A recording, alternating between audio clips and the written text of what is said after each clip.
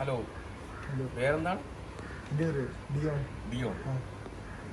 അപ്പം mentalism experience ചെയ്യാൻ പോവുകയാണ്. ഒരു പേര് മനസ്സിൽ വിചാരിക്കുക. ഓക്കെ,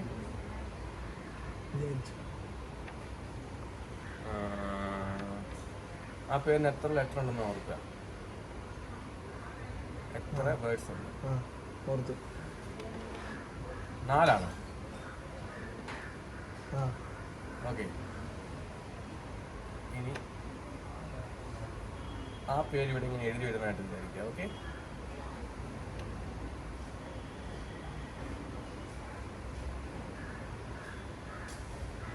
ആദ്യത്തെ ലെറ്റർ R ആണോ?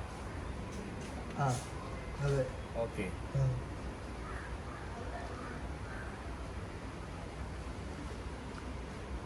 RONY, റോണി